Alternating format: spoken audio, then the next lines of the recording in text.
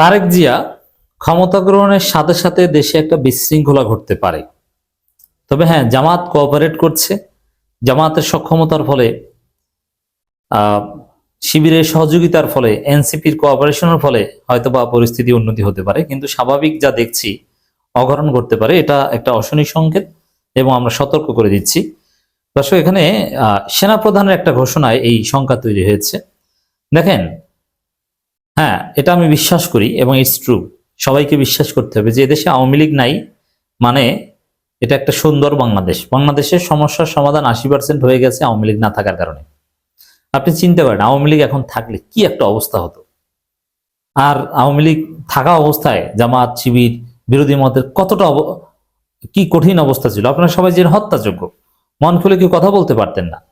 আর এখন আপনারা রাজনীতি করেছেন, এমপি হয়েছেন প্রায় 80 জন, সংরক্ষিত এবং আহ উচ্চ উচ্চকক্ষ মিলে আপনাদের অনেক 150 প্লাস এমপি হবে।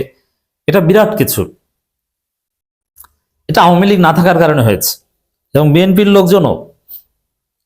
লোকজন শুধু বিএনপির মাধ্যমে হত্যাকাণ্ডের শিকার। আওয়ামী লীগ থাকলে বুঝতেন কত ধানে কত চাল। এই যে ইচ্ছা মতো চান্দাবাজি করেন, আওয়ামী লীগ থাকলে আপনারা এর অর্ধেকও খেতে পারতেন না, ভাগ দেয়া লাগতো। আওয়ামী লীগ নাই মানে সবার 80% সমস্যার সমাধান হয়ে গেছে। কিন্তু তারপরে বিএনপির লোকজন, দেখেন, এখানে আমি এখন তারেক রহমানকে ধন্যবাদ দিব, কারণ তিনি স্ট্রিক্ট হয়েছেন এবং বিএনপির একদম প্রত্যেকটা ইউনিটের কাছে বার্তা পৌঁছে দিয়েছেন যে ব্যবস্থা নিতে হবে। জামাত, এনসিপি বা এগুলোর উপর অন্যায়ভাবে যদি কেউ হাত দেয়, তাদের কাউকে ছাড় দেওয়া যাবে না, সাংগঠনিক ব্যবস্থা নিতে হবে। এবং শপথ গ্রহণ করার পর থেকে নাকি পুলিশ ধরে নেবে, যারা জামাত শিবিরের উপর হামলা করছে তাদেরকে পুলিশ ধরে নেবে। এটা তারেক রহমান আশ্বাস দিয়েছেন। হ্যাঁ, এটা একটা সুখবর। কিন্তু বিএনপির দেখেন, এখানে বিএনপি অধিকাংশ ভোট পেয়ে ক্ষমতা এসেছে, ইটস ট্রু।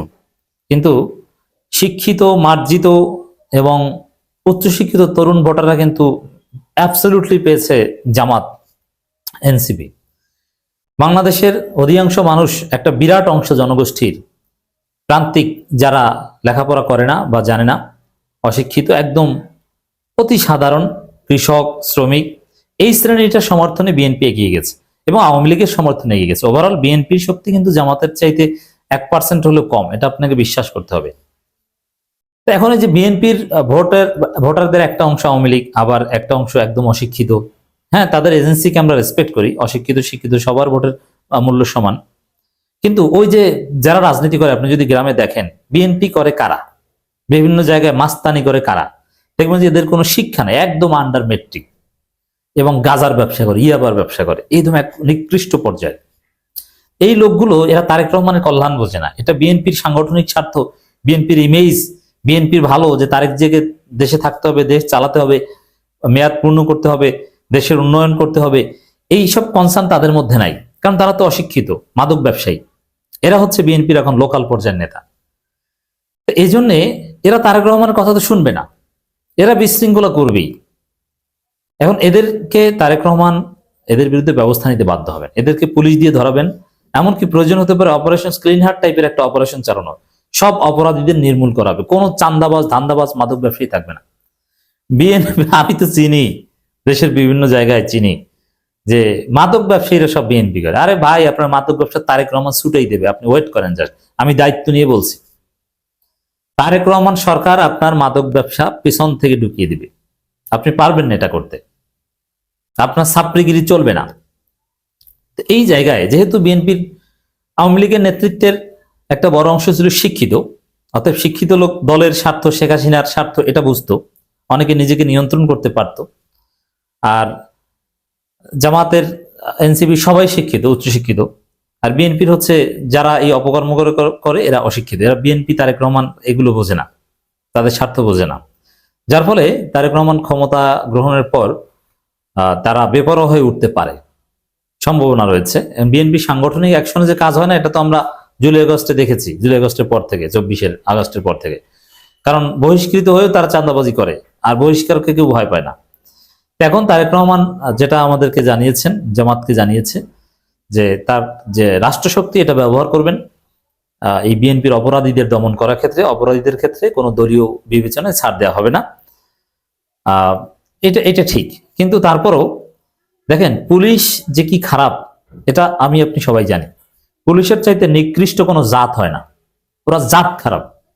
হ্যাঁ, এদের প্রয়োজন, পুলিশ ছাড়া একটা দেশ চলতে পারে না, একটা সমাজ চলতে পারে না, কিন্তু ওরা আসলে চরম খারাপ, ওদের খাসলত মারাত্মক খারাপ।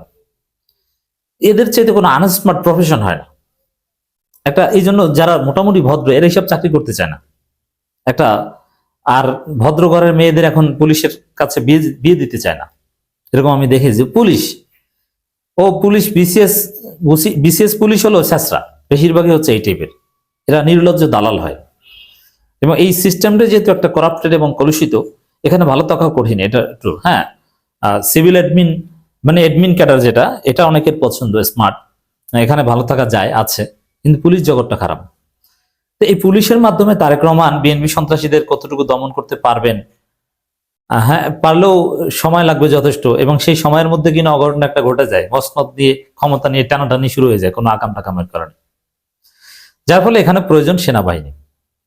সেনাবাহিনী যদি কিছুদিন মাঠে দায়িত্ব পালন করে তাহলে পরিস্থিতি নিয়ন্ত্রণ করা তাদের পক্ষে সম্ভব। বিএনপির সন্ত্রাসী যে দলের সন্ত্রাসী হোক একদম সাইজ করা সম্ভব।